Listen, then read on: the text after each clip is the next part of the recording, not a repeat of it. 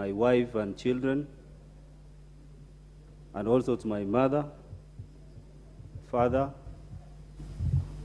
I also want to pay my tribute and thanks to the persons who brought so much of their effort, spent their time, prayed for me, and all that I would want to tell my constituents right in Lodo Township, Kerio Delta Ward, Kanam Kemer Ward, Kalokol Ward, and Kangatwada Ward, that I am committed to serve them to the letter. Madam Speaker, allow me in a special way, with utmost respect, to pay tribute also to the late Honorable George Saitoti, the man who came to Turkana in 1993 as the Vice President of this country and officiated a rambe called the Turkana Education Fund. The fund, Madam Speaker, paid for my 3 years school fees, and I was able to take my studies at one of the most prestigious schools in this country, Moi High School, Kabarak. I remain also thankful to my first employer, that considered and gave me the opportunity to serve at World Vision for more than 9 years, and also to my governor, former governor, Honorable Josephat Colin Anok, who gave me also an opportunity to serve under his government for more than 7 years. And actually, he became one of the pillars that helped me to drive into the political arena. In the same measure, Madam Speaker, I am grateful also to my predecessors who participated in debates and decisions that were made in this House. I want to begin with the late Honorable Peter Barnabas Ejore, the man who was also Assistant Minister in this country. I also want to pay tribute to the late Patrick Ejore, Honorable Emmanuel Imana, and Right Honorable Ekwe Eduro, and my last predecessor, Honorable Missionary John Lodepe, and to those colleagues with whom I presently share this honor for their advice and encouragement. Those are still my constituents, and they look forward to my participation and representation in this House. Madam Speaker, during my campaigns, I had 5-point agendas that I'm committed to serve and to deliver to my constituents. 1 was on resilience, 2 was on education, number 3 was on bursaries and scholarships for our skills, number 4, universal health coverage, and number 5 was on security, investment, environment, and partnerships. Madam Speaker, I want to congratulate you. I want also to congratulate the Speaker of this House, and also to congratulate my President, William Samoei Ruto, whom we serve.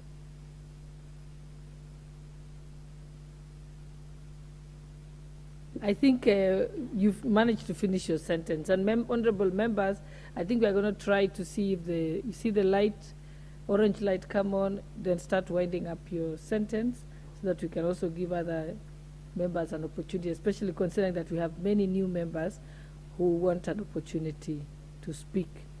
Member for Samburu East.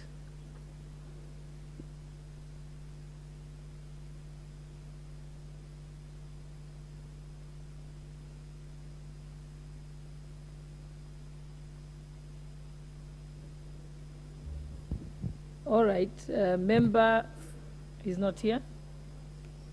He's not here. Member for Lamu East.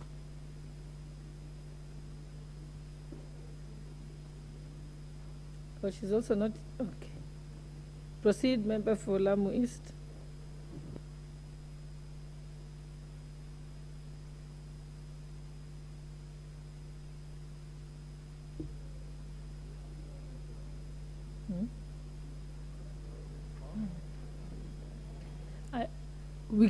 You can be next, and let's go to member for Igembe North, and then come back to you, member for Lamu East. The mic is here. Okay, member for Igembe, I think she has found a mic. You'll rise after her. Thank you. Asante Bwana Speaker kwa kunipatia nafasi nami kuchangia katika mswada huu muhimu wa janga la kitaifa, ukame iwe janga la kitaifa. Speaker, mwanzo nichukue nafasi hii kupongeza wewe kwa kupata nafasi hiyo. Pongezi sana, na tunajua wewe ni mtendakazi, kazi yako ni mzuri na ishaanza kuonekana. Speaker, kiangazi kusema kweli inatatiza sana watu wetu, especially watu wangu wa Lamu Mashariki. Kiangazi inawaathiri watu wa Kiunga na watu wa eneo la wodi ya Faza. Speaker, ningeomba wabunge au viongozi kama taifa tusichukulie kiangazi kwamba ni janga la watu wengine na si janga la watu wengine. Janga hili linaathiri watu wote, nyanja zote. Mfugaji akipata hasara, ng'ombe wakifa, atakuwa hatengenezi faida, hawezi kununua mazao, kwa hivyo linamwathiri pia mkulima.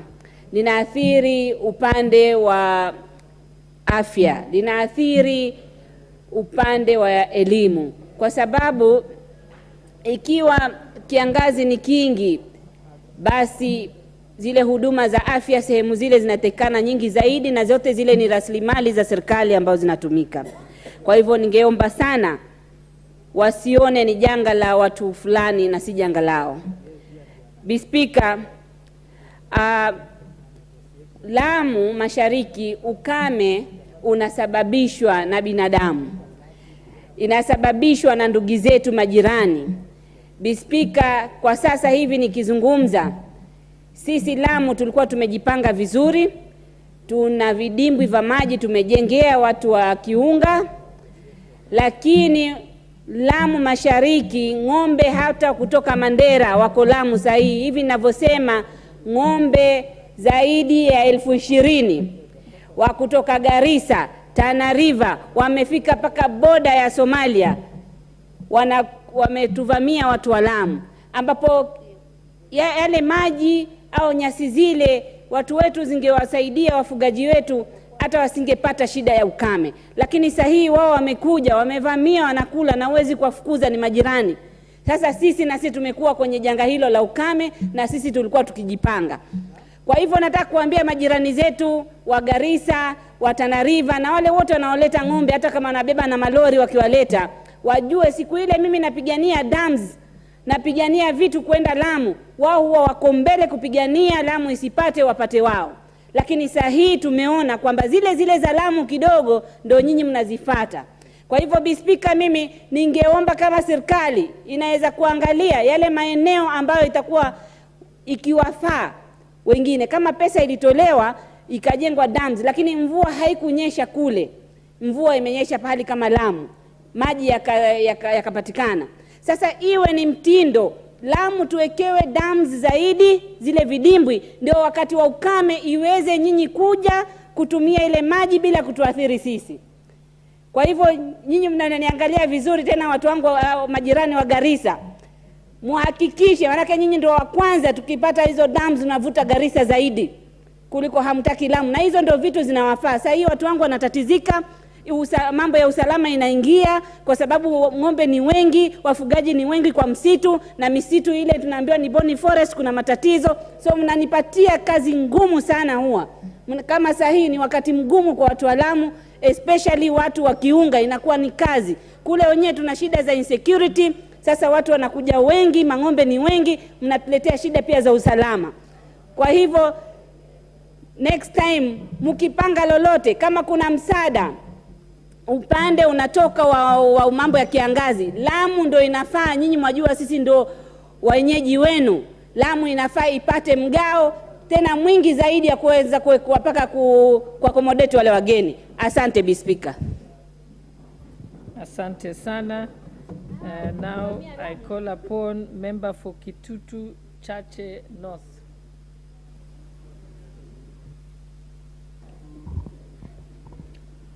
Thank you, Madam Speaker, for giving me this opportunity to address this august House. First of all, I want to thank God for this opportunity that He has given me to be here today. Secondly, I want to congratulate you, Madam Speaker, and the Speaker of this House for being elected. Thirdly, I want to congratulate the President and the Deputy President respectively for being elected. I also want to thank them for being there for me during my election. I want to congratulate them, and I want to thank the President so much for believing in me, for trusting me, and for working with me throughout the journey during this election. Thirdly, I want to thank the people of Kitutu Chache North for believing in me, for voting for me as a young person, and I want to tell them that being in this august House, I will represent them faithfully as they deserve. Thirdly, I want to thank the former Member of Parliament who has been here for more than 25 years, Honorable Jimmy Nuru Ongwenyi. I understand this House used to call him the grandfather of the House. I have so much respect for him, and I want to thank him, and I believe I will try to fit in his shoes, because he is one person who has worked for the people of Kitutu Chache North for far too long.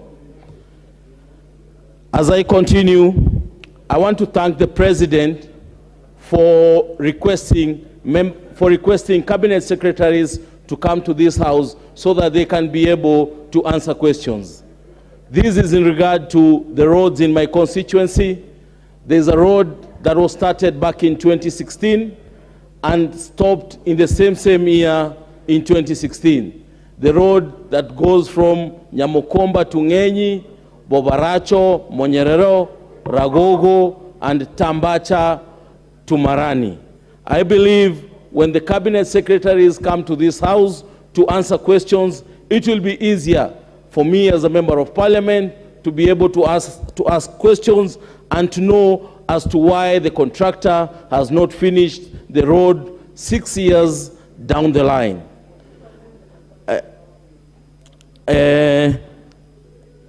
As a member of Kitutu Chache North, I want to tell my members, my constituents, that I will work with them. I will make sure that whatever they want, whatever they need passed, I will make sure that it is passed.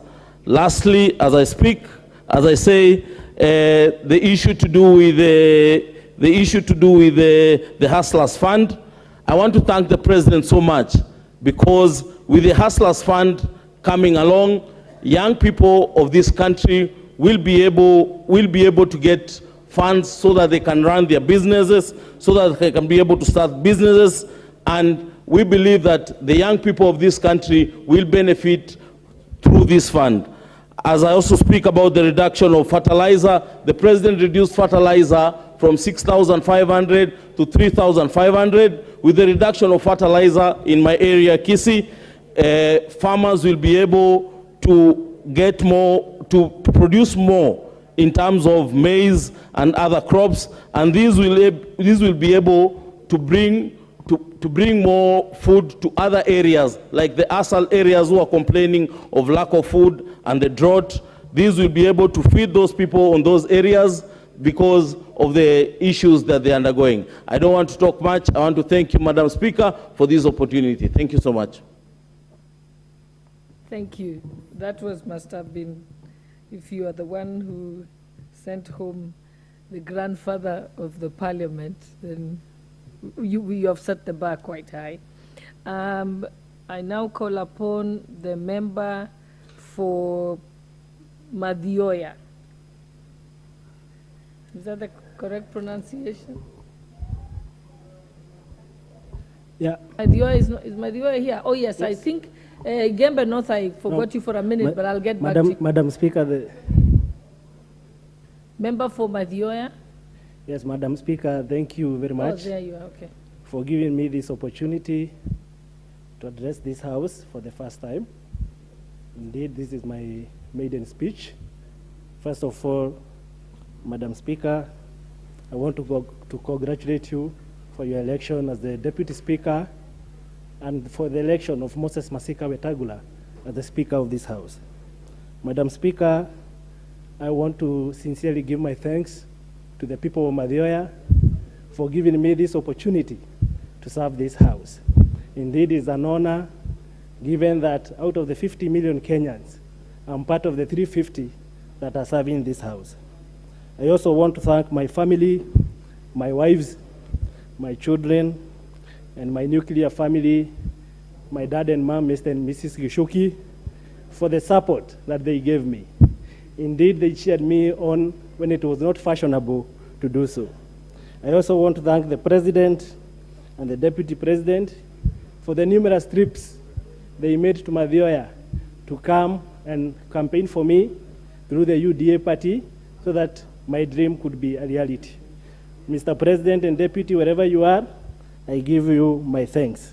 I want also to thank the UDA party for the free and fair primaries or nominations, because without them, Madam Speaker, maybe I could not be in this House. Madam Speaker, maybe to go to the topic of the House today is about drought. Madam Speaker, I'm privileged to have worked with Food and Agriculture Organization, which is a UN body that deals with drought and food issues. And Madam Speaker, for us to be able to solve this issue of drought, we have to look at the issue of water. We know we have different types of drought, Madam Speaker. We have meteorological drought.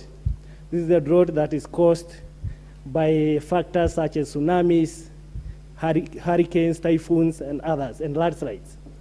I know this is happening close to home in Kenya, like in Mozambique and in South Africa.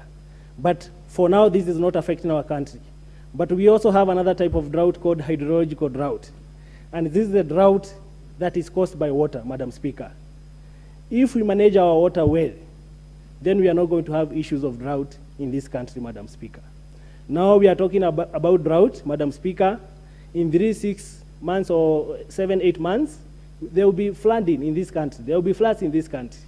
Yet all this water goes to waste, Madam Speaker. Some goes to Lake Victoria, others goes to Indian Ocean, Madam Speaker.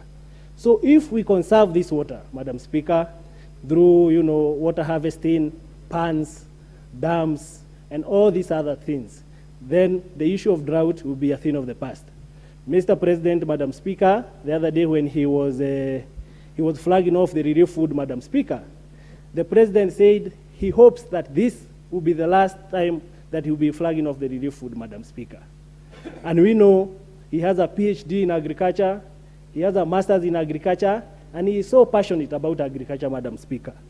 And because we have given him a chance, I'm very sure that in this House we will never discuss about drought, Madam Speaker. There is also another type of drought, Madam Speaker, that is called agricultural drought, Madam Speaker. And agricultural drought, Madam Speaker, is the one that causes now the shortage of food, Madam Speaker. We know in this country, Madam Speaker, we have some counties, or we have some parts of the country, Madam Speaker, that they have excess food, Madam Speaker. But others are suffering, Madam Speaker. We have counties that are even wasting food, Madam Speaker.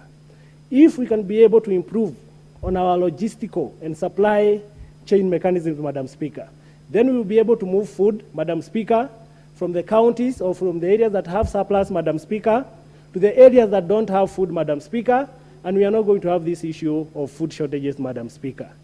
If we're able to do this, I'm very sure we will be able to solve some of these problems, Madam Speaker. Madam Speaker, I know maybe my proposals might be extreme, but we need to expand the sources of food or the types of food that we eat in this country, Madam Speaker. Having worked out of this country, Madam Speaker, in Cameroon, Madam Speaker, people there.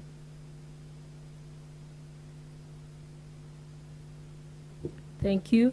I will now, I think we had skipped the member for Igembe North, and after the member for Igembe North, we have Umul Khair Harun, the nominated member, and then we are going to the member for Karachuonyo. If you just get ready, make sure your card is ready. Thank you. Thank you, Madam Speaker, for this opportunity. Let me take the cue to congratulate you for being elected the Deputy Speaker of this House, and also congratulate the Speaker of the National Assembly, Honorable Marende. Let me take also not Honorable Wetangula Masika. Let me also take this opportunity to congratulate the President and his Deputy from being unequivocally elected as the President and Deputy President of this country. Allow me also to congratulate the great people of Igembe for giving me an opportunity to serve them as the Member of Parliament for the 13th House. This is a great honor, and indeed, I want to assure them that I will not squander this opportunity, and I will serve them with a lot of commitment, diligently, and also with a lot of honor. Allow me, Madam Speaker, to give a little background of Igembe North. Igembe North, as the name suggests, is one of the constituencies that is far end of Mount Kenya. It is the most northerly constituency in Meru. And in this regard, Igembe North borders Isiolo County, and all the 5 wards of Igembe North at one end touches Isiolo County. This means, therefore, the marginal belt of Igembe North is quite wide. And in relation to the motion that we have in, we are aware that the mapping has been done, and some of the counties in this country have been mapped as red alert counties in Kenya. I would urge the government to make sure that, because we have the poverty index, we have the drought index for the sub-counties, let Igembe North be considered as one of the sub-counties that should be on red alert program. Because Igembe's, their main economic ministry is Mira. 3/4 of the constituency currently, Mira is not productive, and you are aware, 2 weeks ago, one of the sections of Igembe hit the headlines, whereby people had eaten a carcass. About 100 people had eaten meat from a dead camel, and almost 100 people were hospitalized because of diarrhea and other related problems. Therefore, I'm calling for the government to intervene urgently so that those people can be given enough food for them to feed their young ones, and also to make sure that our children remain in school.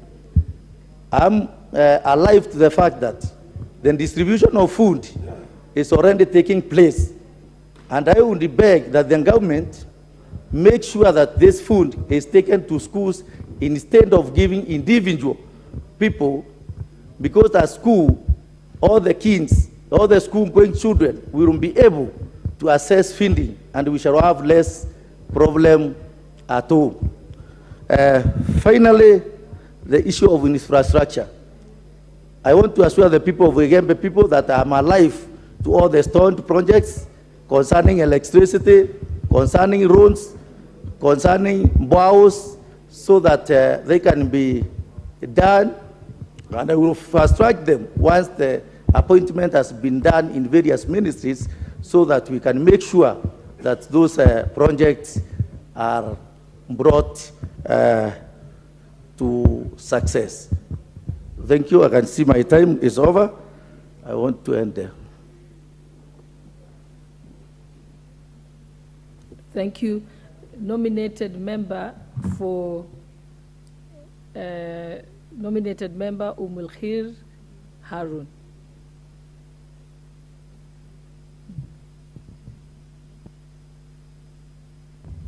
Thank you so much, Madam Speaker, for the opportunity. And today I'm going to contribute on the matter on the floor, which is a drought. I am a young lady nominated by the ODM, but I am from Garissa County, specifically from Ijara sub-county, and also from Huluko, which is bordering Somalia to the south. So up until today, we constantly keep hearing about issues on drought, but we have not found a solution up to date. Is it because we do not have the funds, or is it because we are yet to come up with strategies and proper solutions? Kenya is a natural resource-based economy, meaning we completely are at the mercy of the rains to direct how we feed ourselves. So in that case then, what can we do? Because top of my head is, can we have an aggressive campaign to green our country? To that effect, counties like myself are not, we are not farmers, but we are nomads. But we still are one of the biggest consumers when it comes to food. So my challenge today would be, first we come up with solutions, because we have countries like Israel who have completely found a solution to feed their people. If I think mangoes from Ijara sub-county, for example, because we use the irrigation and Tana River to irrigate, mangoes from our farms do very well. We also supply a lot of lemon and watermelons. I would suggest we have inter-county trade initiatives and also ask counties to completely find ways to provide food for their people. We also, the leather market, for example, currently is at $407 billion. Our animals are dying. Is it important then we have tanneries and meat commissions county-based, so that when an animal dies, we're able to slaughter it immediately, and that particular herder is able to get money instantly? Those are one of the solutions I'm thinking, because the drought will always be here. We just have to find a way to create solutions. As a lawmaker, I understand we have the National Climate Change Fund yet to be operationalized. The ministries involved need to tell us where we are at. When we talk of this fund, we must also not forget the National Climate Change Council, which is, why has it not met yet? How then, as a country, can we leverage on what we have, the existing finances, the National Climate Change Funds, county climate change funds, to attract more finances? So with this, I think as a nomad, we really need to come up with solutions quickly, so that next year when we sit on this house again, we do not talk about drought, but maybe talk about how the watermelons from Garissa are making its way to central Kenya, and the milk from central Kenya is making its way to counties that do not have. Let's think of solution-based, because we already know the problem, we've described the problem, we need the solutions. We need funds to implement the programs, and now that we know the PS positions are being issued, can we have nomads in place so that they can also find ways to divert funds to support their people? Thank you so much.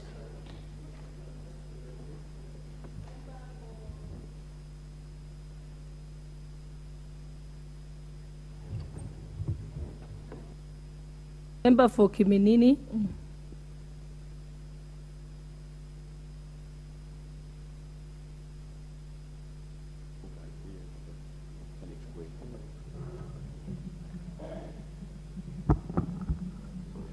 Thank you, Madam Speaker, and congratulations for being elected as a Deputy Speaker of this House. Madam Speaker, we are living in a country that does not really worry about the disaster cycle. The focus in this country remains just on the response and the recovery. But what we've always done as a country, we've ignored the portion of preparedness and mitigation. I am saying this because having an opportunity to work with the United Nations for close to 22 years in 19 countries, when you meet the officials of other countries, they're always very responsive and they're ready to save lives. We've had an opportunity even to come up with a paper while working in the presidency, which we shared with Foreign Affairs, being the custodian of interacting with the United Nations. And by then, up to last year, the United Nations was ready for us to establish a humanitarian city where we could keep stockpiles from medicine to food, and also come up with the capacity to even establish the Kenya Disaster Management Authority. But Madam Speaker, we know very well that in a disaster cycle, in a period of every 3 to 5 years, we know there will be hunger, either natural disaster or man-made disasters. But in this country, our focus has remained on just response. And by the time we want to respond, there is very, very little food to respond. There's very little humanitarian items, an example to respond. And you remember, Madam Speaker, in 2018 when we had the Solai emergency, it took the government, to borrow around to mobilize about 1 billion shillings. But with what we've put in place, or the proposal we've done outside this house, we've had an idea on how we as experts from this country could try to bring together, and try to mitigate and be even more prepared to sort of reduce what we are seeing. I know in the speech of His Excellency the President, he talked about food production. But again, producing that food, if we don't have mechanism on how to stock it, will not be very good. And I know that most of the multilateral organizations, including the United Nations, they really favor Kenya in terms of logistic, or rather geographical positioning. Because from Kenya, they would like to keep their stockpiles here. They've got most of the UN agencies here. They are ready to invest here. But it's always been sort of driven from a political perspective, where people sitting in different offices, they are not in a position to really understand that we have to really support the Kenyans. So what I'm saying, Madam Speaker, we need to take this issue urgently.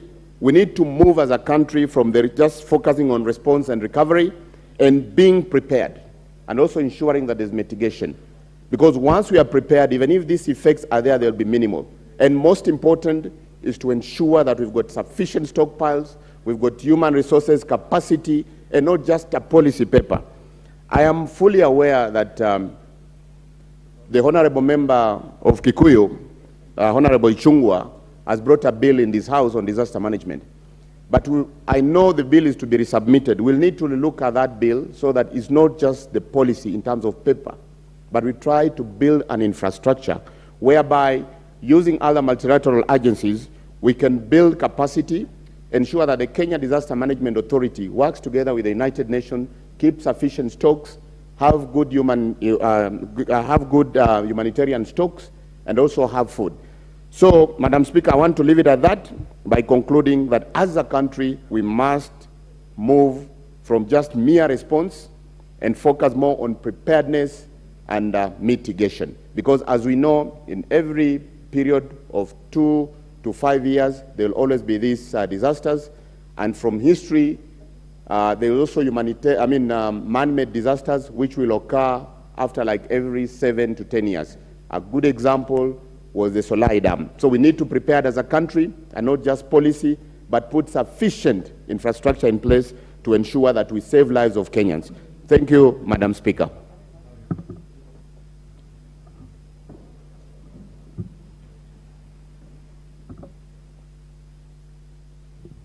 Member for Kisauni. Asante sana Mheshimiwa Spika kwa kunipa fursa kupenyeza sauti yangu katika janga hili la ukame. Lakini kabla ya hayo, nichukue nafasi hii kumshukuru Mwenyezi Mungu kwa kuniwezesha kuwa katika bunge la 13. Kama si uwezo wake singekuwa hapa. Namshukuru Mwenyezi Mungu na na imani nitafanya mema kwa wakati huu wa kipindi hiki cha miaka 5. Pili, nichukue fursa hii kukupongeza kwa kuchaguliwa kama spika wa bunge hili la 13, na tuna imani utafanya haki pamoja na spika Wetangula, mtafanya haki katika bunge hili ili wote wapate fursa ya kuzungumza. Nichukue nafasi hii pia kushukuru familia yangu kwa kunipa moyo wakati wa kampeni na kunipa nguvu na kunisongeza, kunipa moyo nisirudi nyuma mpaka nikaweza kupata ushindi. Na washukuru sana. Na pia nichukue fursa hii kuwashukuru waungwana wa Kisauni kwa kunichagua kuwa mjumbe wao, kwa kuniamini ili niweze kuwakilisha katika bunge hili la 13, na nina imani kwamba wako katika mikono salama, na nitakaa na wao, tutasaidiana kwa hali na mali kuhakikisha kwamba sehemu yetu ya Kisauni inasonga mbele. Baada ya kunipumzisha kwa bunge la 12, nashukuru bunge la 13 wakaniamini na wakaona kwamba wamekosa huduma zangu niweze kurudi, na washukuru. Nimshukuru Mheshimiwa Rais kwa kurudisha huduma za utendakazi wa bandari kwa wapwani. Tunawaomba wawekezaji warudi, watumie fursa hiyo ili vijana wetu wapate ajira, na pia bandari irudishe ile mfumo wa zamani wa white card ili watoto wetu waendelee kupata ajira, kwa sababu watoto wetu wamekaa mabarazani, na tuna imani kwamba ikiwa watarudisha hiyo white card itawasaidia zaidi, ili watoto wengi wataajiriwa, kwa sababu na watakuwa na moyo na hata wao watakuwa na ufahamu kwamba baada ya muda fulani watarudi, watafanya, na wengine watabadilishana kwa miezi 3. Suala la uskwata ni tatizo kubwa pwani, hasa Kisauni. Nina imani serikali hii ya awamu ya 5 watashughulikia suala hilo, kwa sababu moja katika ahadi walizozitoa ni kwamba wataumaliza uskwata, na tunasubiri kuona hilo jambo likitekelezesha. Upande wa Kisauni, Mheshimiwa Spika, kuna eviction order hivi sasa nyingi zimetoka. Hatuingilii mahakama, lakini tunaomba wawe na utaratibu wa fikra kwamba unapotoa eviction order ya nyumba zaidi ya 1000 unaleta matatizo makubwa wanaoteseka na akina mama na watoto wakati wanabomolewa. Na hali wale ambao wanaodai kwamba zile ardhi zile ni zao, waliwaacha, walikuwa wapi wakati watu wanajenga msingi, wanaanza kujenga paka wanaweka paa, paka wanaweka stima, wanakuja wakati mtu amelala ndio wanakuja kusema ni kwao. Kwa hivyo mimi naomba mahakama iwe naangalia sana swala hilo. Katika upande wa ukame ningeomba kwamba liwe kama janga la kitaifa, kwa sababu ukame kuna watu wanapata dhiki kubwa, wanaenda hatua ndefu kutafuta maji, mifugo inakufa barabarani wakati haina lishe. Kwa hivyo ni vyema taifa liwe na mipango, wasingoje paka chakula kiwe wakati kuna ukame wa jua kali ndio wanazungumza. Kuwe na mpango, kila county kuwe na standby ya kila jambo, kama ni water boozers, chakula katika magala. Wakati kuna jambo kama hili, kila county inaingia katika watoke kuhakikisha wanatatua tatizo hili. Wasingoje mpaka janga liwe kubwa tuwe tunakuja kuflag malori hapa Nairobi, na kufika huko pia ni masiku kadhaa. Kwa hivyo mimi naomba mipango hii iwe itashughulikiwa kwa ukamilifu, na hata Kisauni ni sehemu moja kame pia kwa sasa. Ningeomba pia katika yale majina ama miji ambayo imewekwa wasitenge Kisauni. Jua limewaka sana kule paka kwenye mifuko pia imewaka.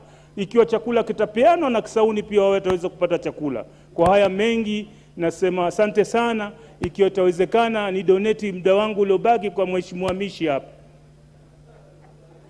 Asante sana. Member for Mbeere South.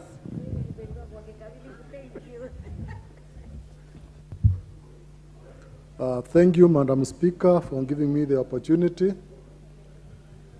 My name is Engineer Nebat Muriuki. I'm born again Christian from Mbeere South. Madam Speaker, let me join my colleagues in thanking you and congratulating you and the Speaker for your election to lead this 13th Parliament. Madam Speaker, this is my first time in this House. Madam Speaker, for me to be here, I would say it was a struggle for the people of Bere South. If I may tell this House where I'm coming from, Madam Speaker, in Bere South, I was the founder member of UDA and promoted UDA very aggressively, Madam Speaker. But the electoral process of this country, Madam Speaker, put me off, but the Bere people were determined to have me in this House because they have confidence in me that I can deliver. Madam Speaker, I want to thank my people from Bere South because they want to fight the tides and waves of the Azimio and Kenya Kwanza to bring me into this House as an independent person. Madam Speaker, the message which the people of Bere South sent through this election was that Bere South is committed to work with the President because they overwhelmingly voted for Ruto and they voted for me. Actually, in Embu County, it is all Kenya Kwanza, except from Bere South, where I'm an independent member in this House. The message they gave me as I came to this House is that I must work with the government so that I can deliver in the promises which I made. I want to thank them very much for standing with me, for ensuring that I come into this House. I want to thank them for the confidence which they have shown and the trust they have in me. And Madam Speaker, I trust that this 13th Parliament is going to be different from other houses in that, Madam Speaker, we should enact laws which are going to facilitate provision of services to our people. Madam Speaker, I've been listening to the debate. Many people are talking of problems, and there's one speaker who have presented something very, very nice, that ever since 1965 to date, we are talking of the same problems, problem of drought. Madam Speaker, in Bere South, which is a semi-arid constituency, and one of the largest constituency in Embu County, and also the most underdeveloped in Embu County, Madam Speaker, we have been having the same cycles of drought and hunger. Madam Speaker, even as I speak now, the relief food which was supplied, Madam Speaker, it has not reached to every corner of Bere South. This morning I got a call that some schools have not gotten any food. Others, Madam Speaker, are even having problems with water. Yesterday, I had to supply water to a school because there was no water. Madam Speaker, I want to mention something which I've noticed in this country.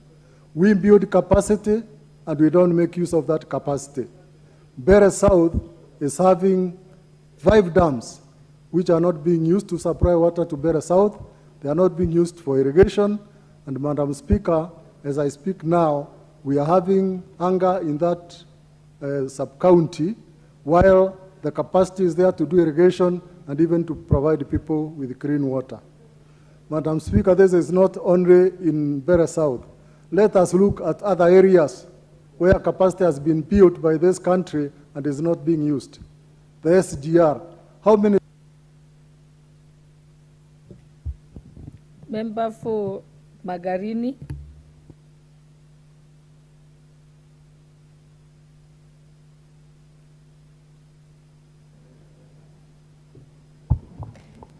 The mic. Asante, Mheshimiwa Speaker, Nichukue nafasi hii kwanza kukupongeza kwa kuchaguliwa kuwa spika wa bunge la 13.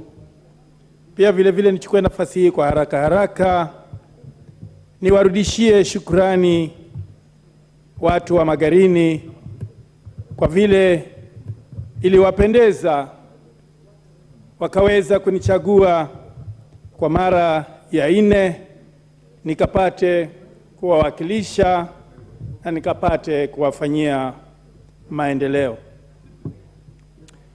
Mheshimiwa Spika, swala lililo mbele yetu la ukame ni swala sugu ambalo Mheshimiwa Spika linahitaji kuwa ama kufanyiwa mipango kabambe ya kwamba tukaweze kumudu zile sehemu kame zote, ili kwamba zikaweze kuwa ni sehemu ambazo zinaweza kubadilika na zikawa za manufaa kwa wananchi wetu. Tukichukua mfano wa Chakama katika eneo langu la bunge, ni kwamba ni sehemu kame ndiyo, lakini ndani ya ardhi ile iko na maji ya kutosha. Inachohitajika ni mikakati serikali ichukue na tukaweze kuwa na visima ambavyo vinaendeshwa na nguvu za jua, na hivyo kunyunyiza maji kwa mashamba na watu wakapati chakula cha kutosha.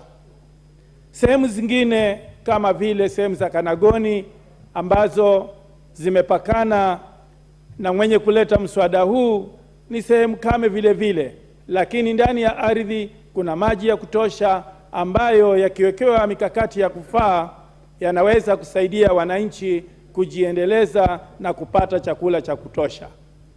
Nimalizie kwa kusema tuna mradi mkubwa ndani ya Tana River County na Kilifi County, ule mradi wa serikali ambao kwa sasa hautusaidii kwa njia yoyote ile.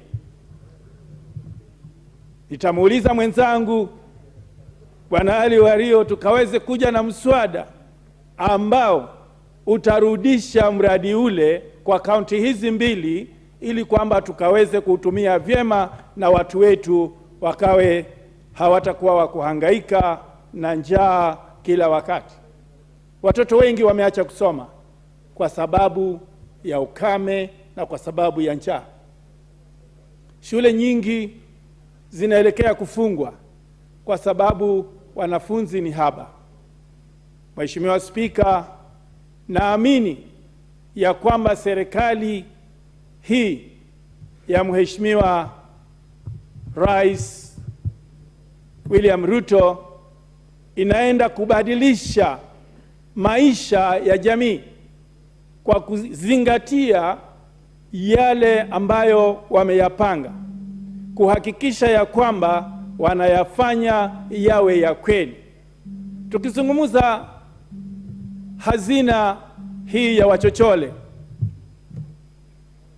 hazina hii ya Wachochole ikiwa itatumika vizuri na ufisadi tuweke kando, hakika vijana na kina mama wataweza kufaidi na kuwa na maendeleo. Kwa hayo machache au mengi nasema asante Mheshimiwa Spika, hata kwa pia kuniweza kuniona na kunipa nafasi. Member for North Horr.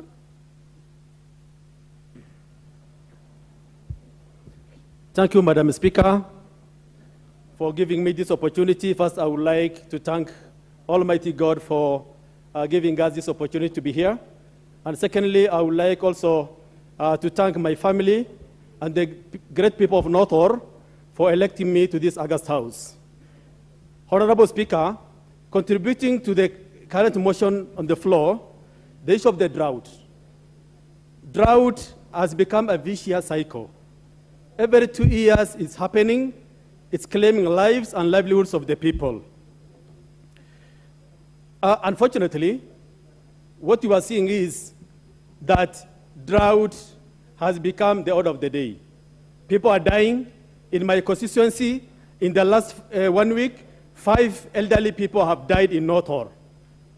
It's not exaggeration, it's a reality. 70% of the livestock have already perished. Unfortunately, the kind of intervention we're seeing on the ground is quite insignificant looking at the impact of the drought. Madam Speaker, looking at the current trend, we foresee a situation whereby come December, we will not have people to represent. We'll only have rocks and sand dunes to represent. So it is high time this House take action to come up with a special House committee to look into the issue of the drought in this country. The schools have been closed. Other schools are running intermittently. So basically, there's a real danger. And if the government will not take any action, we are going to lose the entire people in the northern Kenya. Madam Speaker, I would like to appreciate and commend the efforts of NGOs. Were it not for NGOs, we would have lost the entire people in northern Kenya and other ASAL counties. UN agencies, donor communities have been fast-tracking and proactively moving forward by providing life-saving interventions for the people in northern Kenya. Madam Speaker, if you look at what NGOs are doing, the resources they are using comes from foreign governments. And I don't see the reason as to why local NGOs in this country are not financed by the Kenyan government. If the foreign countries are able to entrust their resources with the local agencies, then why can't the government entrust its own local institutions to provide resources and services to the people? Because they've proved to be efficient, they've proved to be proactive, and I think it's high time they really look outside the box to see to it that, you know, by being effective, they need to be supported so that, because we've seen that they've really gone extra miles to reach which areas, in the areas where the government is not able to reach. Madam Speaker, the issue of drought, we've been talking this issue year in, year out. But in the ASALs, there are lots of potential. There's a lot of potential. If Egypt, as dry as it is able to import, or Kenya is able to import fruits, rice, and other food products from Egypt, why can't Kenya produce own fruits, own food, to be able to feed its people and export to other countries? And we have more potential than Egypt and other drier countries. Madam Speaker, what this country needs to do? People need to think outside the box. They should know that in ASALs, there are lots of potentials. People think that northern Kenya and other ASAL counties have no potential to produce food. Just look at what's happening in Galana Kulalu. Although that project was mismanaged, we will have had similar projects in all the counties in this country, so that we're able to feed our own people and able to export to other countries, so that we're able to earn foreign exchange. Madam Speaker, while we are enjoying air-conditioned house in this house, our people are languishing in hunger. Our people are dying. It's not an exaggeration. It's high time we need to think, we need to see how we can really support our communities by coming up with special house committee to look into this issue of the drought. It's a disaster. We are losing lives. We are losing livelihoods. Please, through your office, through your chair, I really urge this House to come up with a special House committee. Thank you very much. Member for the constituency. Asante Bi Speaker.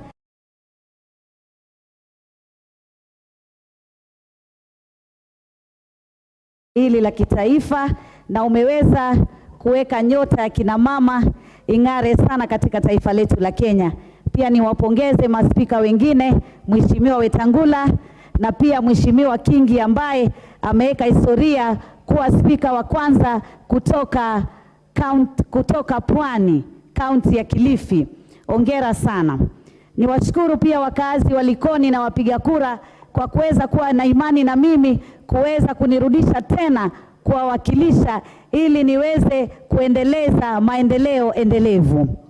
Haswa leo nikiweza kuzungumzia hoja hii ya dharura ambayo inazungumzia janga la njaa. na niseme ni ukweli, takriban zaidi ya watu milioni 3 hivi sasa wamekosa usalama wa chakula katika taifa letu la Kenya. Ukiangalia katika mkoa wa Pwani, sehemu za Tana pale, sehemu za Kilifi, Kwale, ukiangalia pia upande wa North Eastern ambao ni kule tuseme kaskazini mashariki, na pia hata sehemu za kule Ukambani na sehemu zingine za Kenya, tumeweza kuwa na ukame na kiangazi kikali sana. Na hii ni kwa sababu ya mabadiliko ya hali ya hewa. Na swala hili limekuwa swala nyeti na limekuwa swala la kilimwengu, na ambapo inahitajika haswa tuweze kuangalia sera mahususwa ambazo zitapambana na hali hii ya hewa ambayo inatuletea ukame wa hali ya juu sana. Tuweze kuangalia nchi ambazo zimeweza kustawi ama kubobea, nchi kama ya Egypt, nchi kama Israeli, ni nchi ambazo zimekuwa na ukame na ni nchi ambazo zimekuwa za jangwa, lakini tunaona ya kwamba wanaweza kupata mazao na wanapata chakula na wanaweza kuwa na usalama wa chakula katika taifa lao. Niweze kuzungumzia madhara ambayo yanatufika wakati tunakuwa na janga la ukame. Tunaona tunakuwa na ndoa za haraka kwa sababu mabinti wetu wanakuwa wanatembea kilomita nyingi wakitafuta chakula, hivyo basi wanaweza kupambana na wale mababa sukari na kuweza kupata ndoa za haraka. Hili ni jambo ambalo pia linaathiri elimu katika taifa letu la Kenya. Wanafunzi pia wanashindwa kwenda shule kwa sababu ya njaa, hivyo pia elimu inaweza kudorora. Vile vile pia tunaona misafara ya mifugo ikitoka sehemu kadhaa kwenda kutafuta mahali ambapo wanaweza kupata nyasi ama wanaweza kupata chakula. Jambo hili linaleta uhasama katika jamii zetu, tunaweza kuwa na shida, tunaweza kuwa na vita vya kikabila. Kwa mfano, kuna ngamia wengi ambao wanatoka sehemu ya Tana River, sehemu ya mashariki kaskazini, zinatembea mpaka kule Taita Taveta, zinatembea mpaka kule Kilifi, na hivyo basi wakazi wa kule wanaweza kuona ya kwamba huu ni uchokozi na kunaweza kuwa na uhasama wa kijamii. Hili lote linaletwa na kwa sababu ya janga la chakula la kitaifa.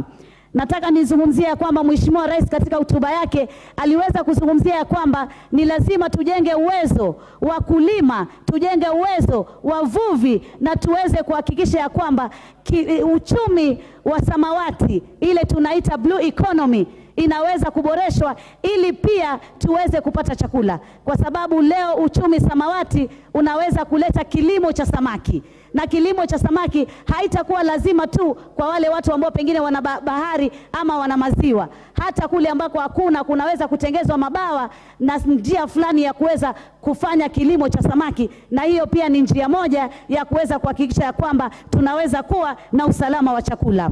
Katika kule pwani vile ambavyo tunaona ya kwamba Kwale tumekosa maji, Kilifi tunakosa maji, Mombasa tunakosa maji, na tuna ule mradi wa Mzima Spring 2 ambapo mkoloni alianzisha Mzima Spring 1, na hiyo Mzima Spring 1 haiwezi kutosheleza hivi sasa asilimia ya Wakenya ambapo imeongezeka marudufu. Kwa hivyo Mzima Spring 2 lazima serikali iliyoko sasa iweze kuangalia ili tuweze kupata kuboresha chakula. Vile vile nataka niseme tuwe na sera za kupambana na majanga ya kitaifa. Vile vile vyakula vya misaada viende kwa wale ambao wanahusika, visende kwa watu ambao hawahusiki. Vile vile tuwe pia na programu ya chakula kwa watoto wetu wa shule ili tuweze kuboresha elimu haswa kwa wakati huu wa janga hili ambalo tuko nalo. Nataka niseme Mheshimiwa Madam Speaker, vyakula ambavyo ni vyakula vyetu vya kitamaduni kama ugali, kama mchele na vyakula vya nafaka viweze kuwekwa kwa bei ya chini, kwa sababu Mheshimiwa Rais ulisema utaangalia mahasla.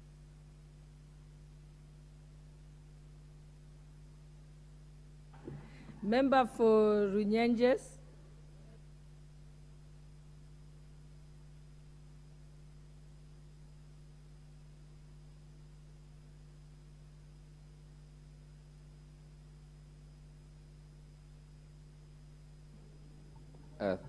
Thank you, Madam Speaker, for the opportunity to contribute to this motion.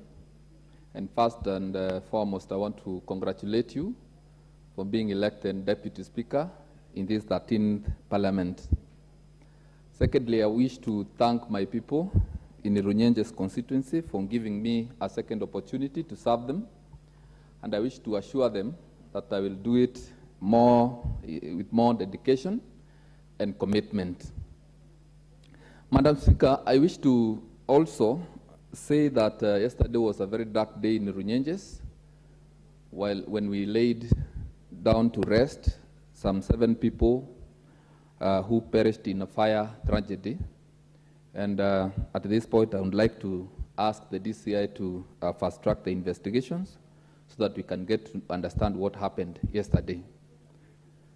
Madam Speaker, I wish to also contribute to this matter of the drought situation in the country, and I wish to say that Kenya has not been able to feed its people properly. And you see, we cannot move forward as a country if approximately 5 million people are starving. Madam Speaker, the government of Jomo Kenyatta gave relief food. The government of President Moi gave relief food.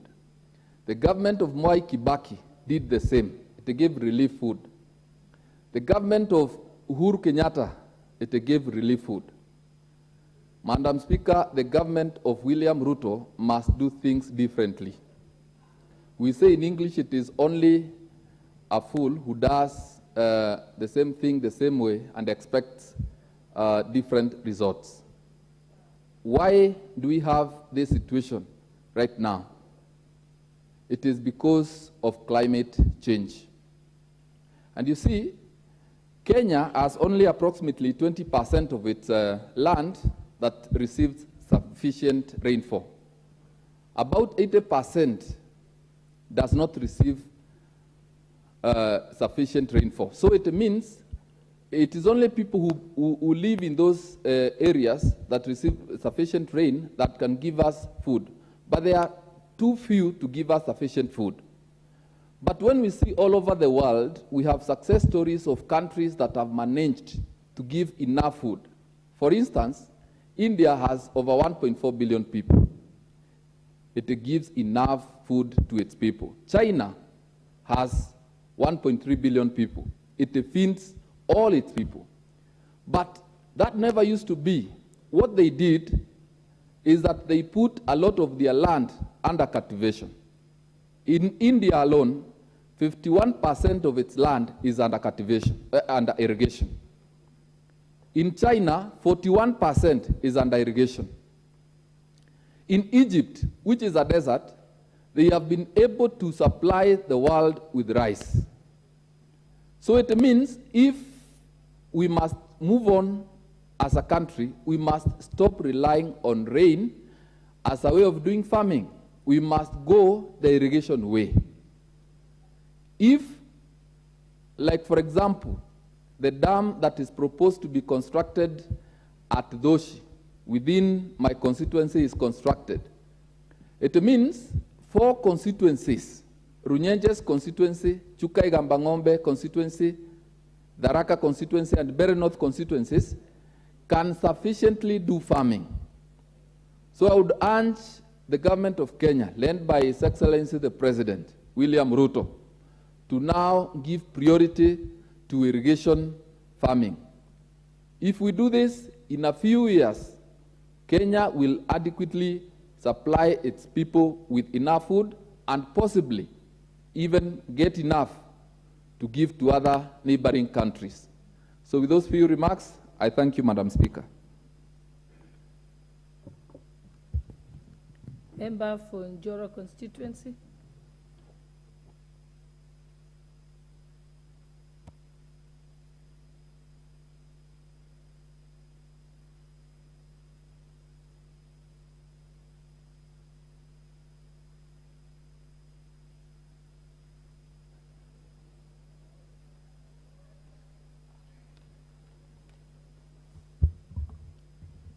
Madam Speaker, thank you very much for granting me this time. Let me first start by thanking the Almighty God for giving us this opportunity. Let me also take a responsibility to thank Njoro constituency for once again re-electing me as a member of parliament in Njoro constituency. Let me also take this time to thank the entire Kenyans for electing our able President William Samoei Ruto. Let me also, Madam, take this time to congratulate you as our Deputy Speaker. And on that line also, I want to thank all Kenyans for electing women and for electing Charity Kadhambi Chekonya as a Member of Parliament, Joro constituency. Let me go to the topic of today, Madam Speaker, in relation to the drought. When we talk about drought in this National Assembly, what comes in my mind is first, to remind our members of Parliament and the country, this is part of climate change. And the climate change is real, it is affecting us. We have seen floods, we are now talking about drought today as a motion in this Parliament. We have seen a lot of challenges. But Madam Speaker, my question is, as we talk about drought, it's now almost 60 years since independence. My humble request now, because we have elected a very capable Parliament and a government which is led by His Excellency President William Samoei Ruto. What I would be proposing, Madam Speaker, in relation with the drought which is in this country, we must be talking about short-term and long-term ways of how we can do mitigation, and also we do some adaptations in order to at least be part of the solution in this country. Madam Speaker, I think when we talk about drought, my constituency, which is in Joro, most of the people might be thinking that Nakuru County, though it's not so much affected like probably some other northern part of Kenya in this country. But I would like to stand here and say, I come in a constituency where I have around 3 wards out of 6 wards. And actually even the other remaining 3 wards, I still have some areas which are totally affected. As I stand here, Madam Speaker, I want to confirm this. Right now in some areas in my constituency, we have some students who cannot attend classes because they cannot get even food to eat. Therefore, as we talk and discuss about the drought in this country today, Madam Speaker, it should be noted that if this country is not going to take serious measures, then this might be a story. But for now, I have a lot of hope that this government, Kenya Kwanza, is going to take serious measures. Let me also congratulate His Excellency, the President, for taking an action in relation with agriculture, whereby the government has made intentional actions by making sure that even the farm inputs, we have at least affordable fertilizers, and we are expecting smart agriculture to be introduced in this country. And also I'm expecting, because His Excellency is now one of the person who is going to be leading the Climate Change Council, at least to make it effective, so that when we are discussing about the matters which at least can be implemented to ensure that we minimize or we finish the drought in this country, Madam Speaker, I think it will be making this country more better. Let me say lastly, Madam Speaker, thank you very much for giving me this opportunity. It is a good motion that we should all of us take an action and take in action to make at least an action in relation to easing the drought in this country. Thank you. Member for Teso South. Thank you, Madam Speaker, for this opportunity.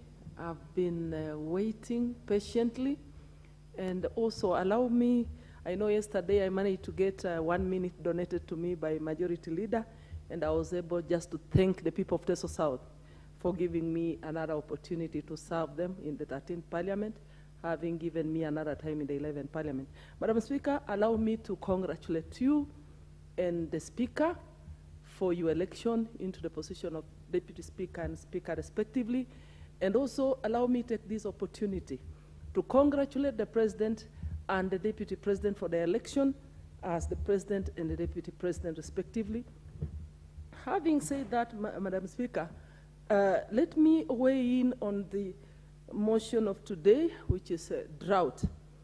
And I want to agree with the members who have already spoken that the drought that has been experienced in this country this time round, I think, is the worst ever. And it has not only affected the ASAL regions, but I think this drought has been felt across the country, including Busia County, and in particular Teso South, where I come from.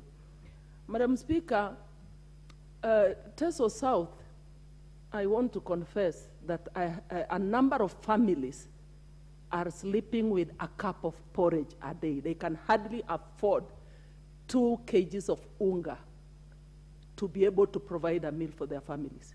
So, whereas we know that the ASAL regions are the most hit, but I know there's a pocket in every county or sub-county that is experiencing the impact of the prolonged droughts across the country.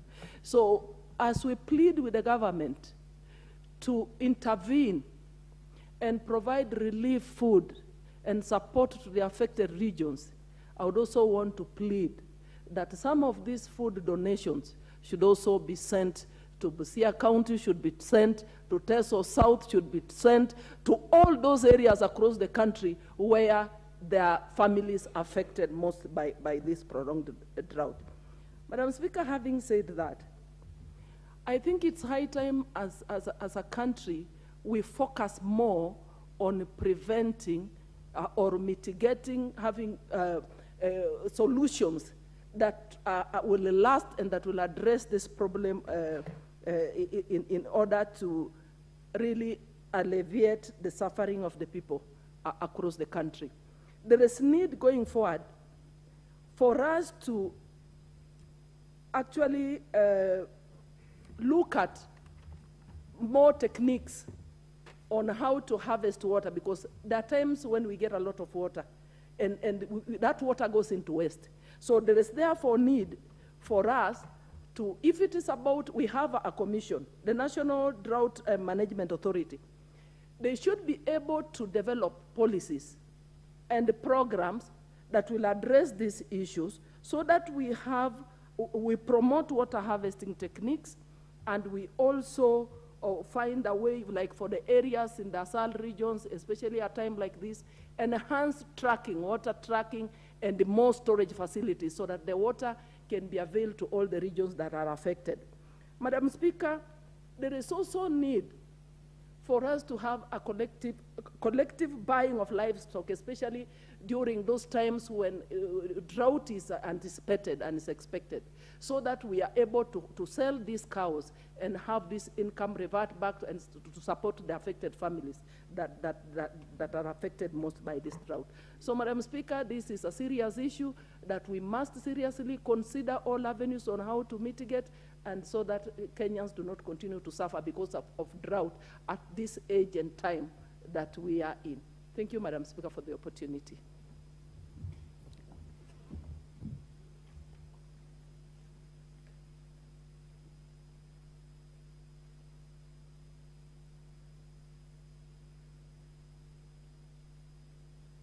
Member for Kwale County. Asante sana Mheshimiwa Spika kwa kuweza kunipatia nafasi hii adimu ya kuweza kuzungumza katika bunge hili la 13. Aliyoko mbele yenu ni Mheshimiwa Fatuma Masito, kiongozi kutoka Kwale. Pili, niseme ni kushukuru Mheshimiwa naibu wa Spika kwa kuweza kuchaguliwa kama naibu wa Spika wa bunge hili, na pia ni congratulate au nimpatie kongole Mheshimiwa Wetangula kwa kuweza kupata nafasi hiyo ya kuwa Spika. Pili au tatu, ni washukuru wananchi wa Kwale County kwa kuweza kunipatia nafasi hii, kunichagua tarehe 9 mwezi wa 8 na kusema Fatuma Masito, nenda katika bunge la kitaifa ukatuwakilishe, na wenyewe wananiita Samia Suluhu. Fatuma Masito amezaliwa katika kaunti ya Kwale, nimesoma katika kaunti ya Kwale, nimeolewa katika kaunti ya Kwale, na ninafanya kazi hii ambayo nimetumwa katika bunge hili la kitaifa ndani ya Kwale County. Madam Speaker, nikisema hivyo nina maana ya kuwa Kwale County ninaielewa vizuri sana. Mheshimiwa Speaker, Kwale County kulingana na motion iliyoko mbele yetu ambayo imeletwa na ndugu yetu Mheshimiwa Ali Wario, ikisema janga la njaa au janga la ukame litangazwe kama janga la kitaifa. Kwale County ni sehemu mojawapo ya zile kaunti ambazo zimekumbwa na janga hili la ukame. Tukiangalia sehemu ya Kinango sub-county, Lungalunga sub-county na baadhi ya sehemu ya Matuga sub-county inaumia sana, Madam Speaker. Sehemu hizi zimepigwa pakubwa na janga hili la ukame. Tukiangalia kuna sehemu ya Marere, maji ya Marere. Kwa sasa hivi maji ya Marere yamekwenda kukauka. Na maji haya pia ya Marere, Mheshimiwa Speaker, yanatoka Kwale lakini yanatumika katika kaunti zingine za Kwale, na wananchi wa Kwale wanakufa na kiu. Kwa sababu inasemekana kuna sheria ya miaka ya 60 ambayo inasema maji haya yatatumika katika sehemu zingine za taifa hili, kuwa maji ni haki ya Mkenya yoyote yule. Lakini Mkwale anaumia. Napata kuwa kuna vidimbwi sehemu zingine za kaunti au sehemu zingine za Kenya, vidimbwi vile vikubwa vikubwa. Lakini Kwale County bado haijabahatika kupata katika hivyo vidimbwi vikubwa vya kusaidia kaunti ile. Sehemu ya Kwale County kubwa ni ya ukulima. Lakini ukulima hauwezi kufanyika kwa sababu hakuna maji. Ningeomba katika ile hotuba ya rais pia, Madam Speaker, Kwale iwe katika zile kaunti ambazo zitatambuliwa na kuweza kusaidika. Na ndiyo maana niko hapa, kwa sababu ninawakilisha wananchi wa Kwale, wana kilio kikubwa. Hivi sasa ninapozungumza, Mheshimiwa Speaker, kuna wanyama wameletwa sehemu ya Kwale. Ngamia, maelfu ya ngamia yako sehemu ya Lungalunga, maelfu ya ngamia yako sehemu ya Kinango, na ng'ombe ambazo zimetoka sehemu tofauti tofauti. Kwa sababu sisi wa Kwale ni wakarimu, tumenyamaza, lakini tunaumia. Na imezidi kutuumiza kwa sababu ya janga hili. Imezidi kufagia nyasi, imezidi kufagia mifugo, imezidi kufagia hata mchanga wetu. Endapo mvua itanyesha wakati wowote kutoka sasa, basi Kwale County itakuwa katika zile kaunti zitakazoathirika na mmomonyoko wa ardhi. Nikiangalia kaunti zingine katika serikali iliyopita, waliweza kuboreshewa mimea yao kama vile pamba, kahawa, majani. Lakini Kwale County ina mimea takriban kama mitatu: korosho, mnazi na biksa. Haijawahi kuweza kuboreshwa, kupatiwa hata siku moja pesa ya kuweza kuboresha mimea hiyo. Na ndiyo maana, Madam Speaker, watu wa Kwale walinichagua wakasema, nenda katika bunge la kitaifa ukatulilie kilio chetu. Ninaomba serikali hii iweze kusaidia watu wa Kwale, na ninaunga mkono motion iliyoko mbele ya bunge hii. Janga la ukame litangazwe kama janga la kitaifa. Asante sana Madam Speaker, na nakusalute na kupa kongole. Wewe ni mfano mkubwa kwa wanawake. Asante sana. Honorable members, and the time being 7 p.m., this House stands adjourned until Thursday, 13th October 2022 at 2:30 p.m.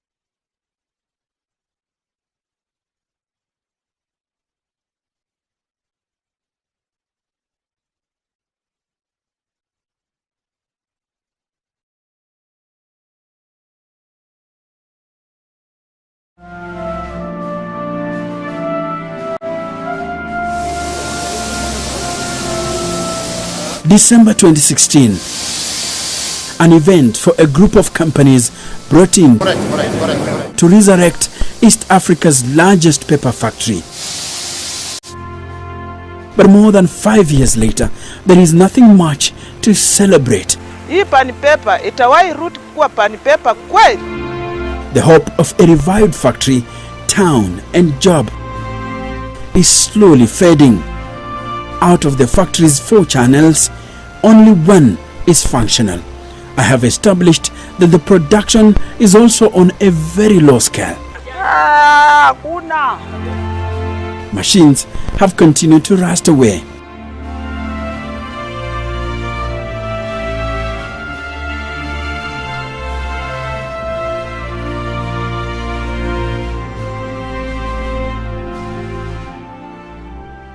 Welcome to the Kenyan Historian. Now, if you want to get all our documentaries, please don't forget to subscribe to our channel and hit the notification bell.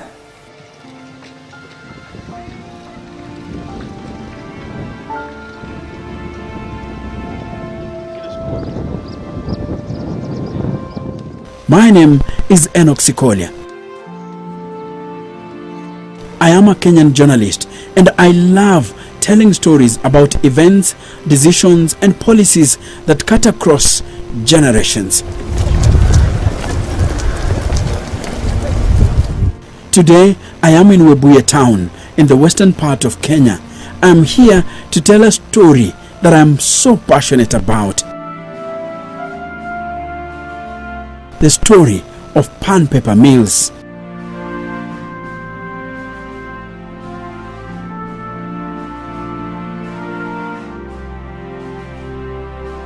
A place that symbolizes the era of industrial collapse in Kenya. The rusty machines that you see here today were the jewel and life of this town.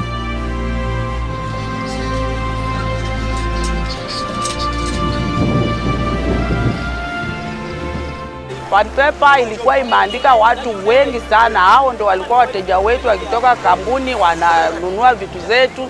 Ilikuwa na shift wa saa 5 wakitoka wanaingia wengine tunafanya biashara mpaka saa 4 saa 5. I have come back to a place I knew and visited frequently while growing up. It was our town and marketplace. I was born in Kabras, Kakamega County, just 14 kilometers from here, and the sight of this factory gives me nostalgic memories.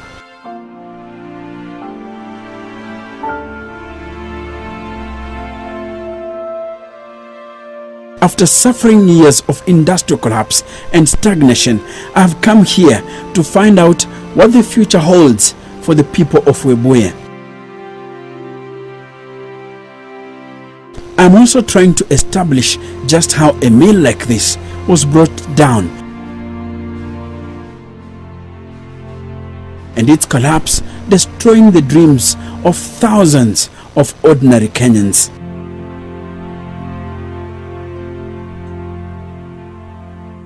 Now, the shopping center you see behind me is called Sango.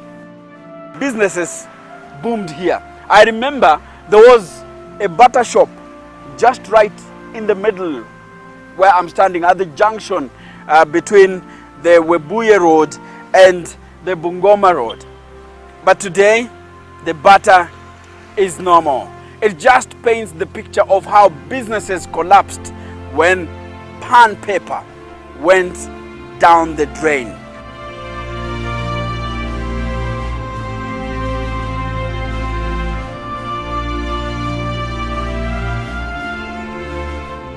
This was once a giant paper factory in East and Central Africa region.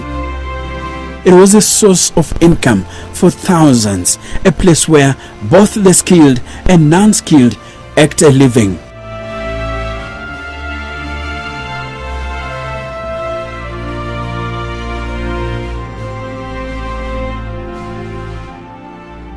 For more than 40 years, Pan-African Paper Mills, as it was legally known, turned trees into paper. At its peak, the factory employed over 3,000 Kenyans.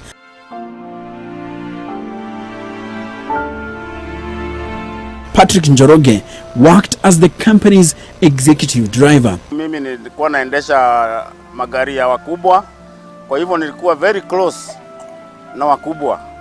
So nilikuwa nafurahia kazi yangu na pia nilikuwa napata mapato yangu bila kuchelewa.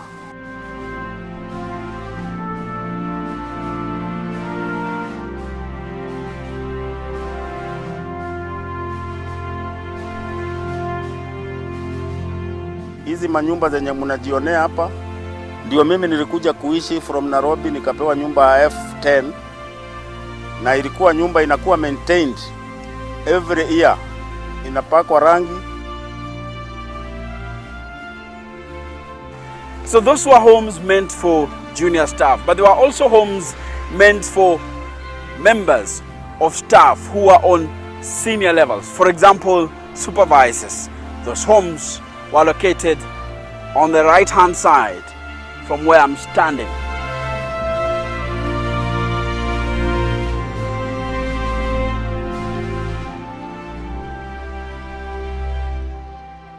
Tulikuwa tunaishi mzuri kabisa kulingana na Pan Paper.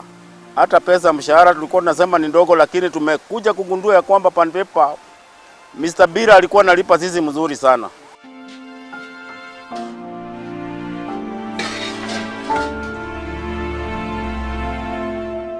Mama Halima's husband worked as a laborer at the factory. Wakati hiyo ilikuwa ndio ni Pan Paper. Juu tulikuwa ukitaka kaloni unapata, watoto shule tulikuwa nayo, hospitali tulikuwa nayo, kilikuwa kiwanda kizuri.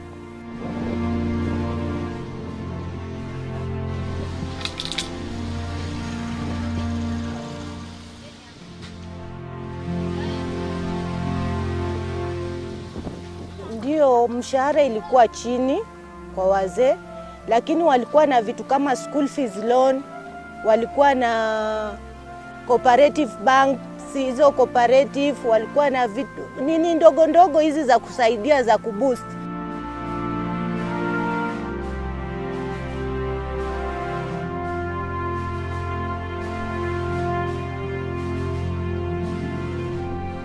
Mzee hata akipata mshahara kidogo ataenda akope pesa tena huko na tunasukuma nayo. Aya, Pan Paper ilikuanga na sekondari yake, ilikuwa na primary yake. Ulikuwa ukiwa mgonjwa utaenda kwa hospitali ya Pan Paper utatibiwa. Sasa hatukuwa na ile gharama kubwa ati utatafuta matibabu nje ama nini. The good old days of the Pan Paper mills had a direct impact on Webuye town, which experienced tremendous growth with each ton of paper produced by the factory. Compared to other urban centers in Western Kenya, Webuye had a complete infrastructure of a modern urban center.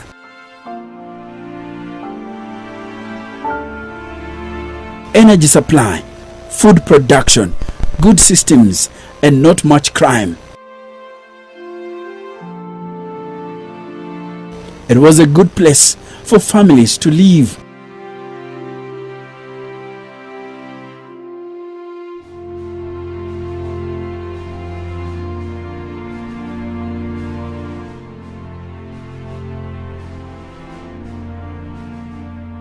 If the nearby Chetambe Hills had a voice, they would have narrated the nostalgic stories of Pan Paper mills and Webuye town.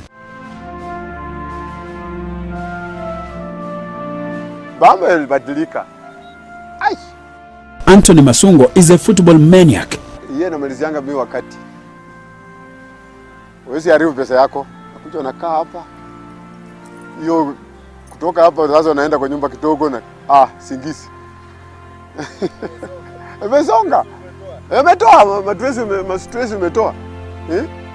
Tanga utaenda kwa janga. Hapana. He still comes here to remember the days Pan Paper Football Club graced Kenya's Premier League. Watu walikuwa na chang wanatoka mbali mbali, si ati Webuye peke yake. Walikuwa wanatoka Kimilili, Bungoma, hata Kitale wanakuja kuangalia mpira hapa Webuye. Sababu ilikuwa wakati ya ligi kama imekuja hapa kwa timu yote walikuwa naingia hapa kwa uwanja hii Ilala Stadium. Hapo wakati ile nilikuwa nakumbuka Ingwe. Timu yetu Ingwe FC. Hiyo ndio timu ilikuwa na, kama wanasema tu inakuja hapa kukutana na Pan Paper, siku hiyo kazi inakwisha. Lazima nikuja hapa niangalie hiyo. I was born and raised up 14 kilometers from where I am right now, Pan Paper Stadium. The village is called Matsaha village. So what used to happen is that we used to walk all the way from Matsaha, 14 kilometers, to the stadium to watch football matches. We're not just talking about any other league, but Kenya's top tier, the Premier League. It is from here that I got to watch my favorite player then and my friend today, Matthew Otomax. I also got to watch Hassan Sese, Philip Ouma, James Kaimba, and many others, Odhiambo Deu. Those were players of my favorite team, AFC Leopards. I also got to watch other players. We're talking about Francis Onyiso. We're talking about Vincent Kwarula. Many other players that I got to watch from Pan Paper Stadium. It was during those days when Pan Paper was Pan Paper and used to support Pan Paper Football Club. Without forgetting, my uncle, Shoto Mdimba, used to play for Pan Paper as the left back, then used to be known as number 3. Ile naikumbuka Shoto ika hapo kwa Pan Paper team. Kuja Sai alikuwa hapo, Makanika alikuwa ile mchezaji anaitwa Makanika. Akatoka hapa akaenda timu ya Mumias. Hiyo party alikuwa Pan Paper timu. Na hiyo kama amekaa 11 ilikuwa nasema wacha nione hao. Pan Paper Mills was among corporates that supported and financed football clubs in Kenya. Will the glory days of Pan Paper ever come back? Will Pan Paper Football Club ever return and play some wonderful football the way it used to be? In the 90s, Pan Paper Football Club played in Kenya's Premier League, then called KFF Premier League. At this time, the Webuye Best Factory was pulling in business, and from the outside, the future looked bright. But in the background, debts were accumulating, and the company was struggling to remain afloat. So when did rains start beating the giant paper factory? 1980. The year Kenya adopted more liberal trade and interest rate regimes.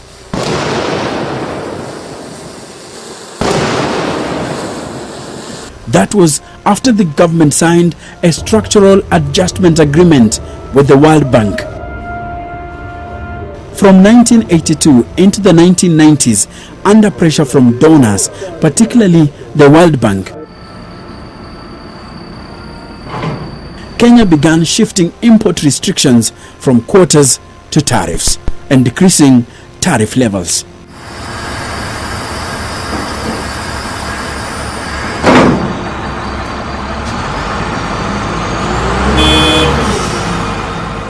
In 1987, 40% of all importable items had quantitative quotas, but by July 1991, import licenses were only used for health and security reasons.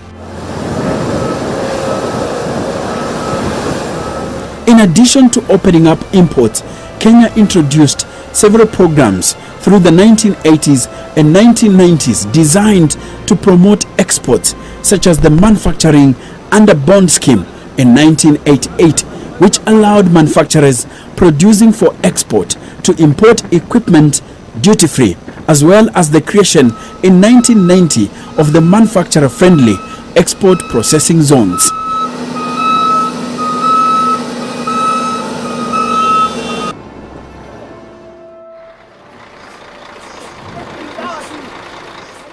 The Kenyan industrial sector experienced a major shake-up during the structural adjustment period as cheaper imports flooded the market.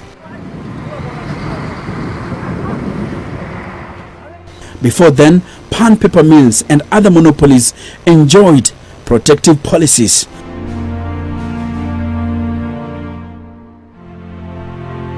This period marked the beginning of the end of pan paper as we knew it. Indeed, many factors conspired to bring down the factory. With pan paper struggling, Indian managers hatched an elaborate plan to defraud the creditors. Bila Group, which had the majority shareholder, had managed the company through Orient Paper Industries of India since 1970, earning a fixed annual fee of about 96 million shillings paid in dollars. The Indian management company was paid even when there was nothing to show for it by Pan African Paper Mills Limited managers.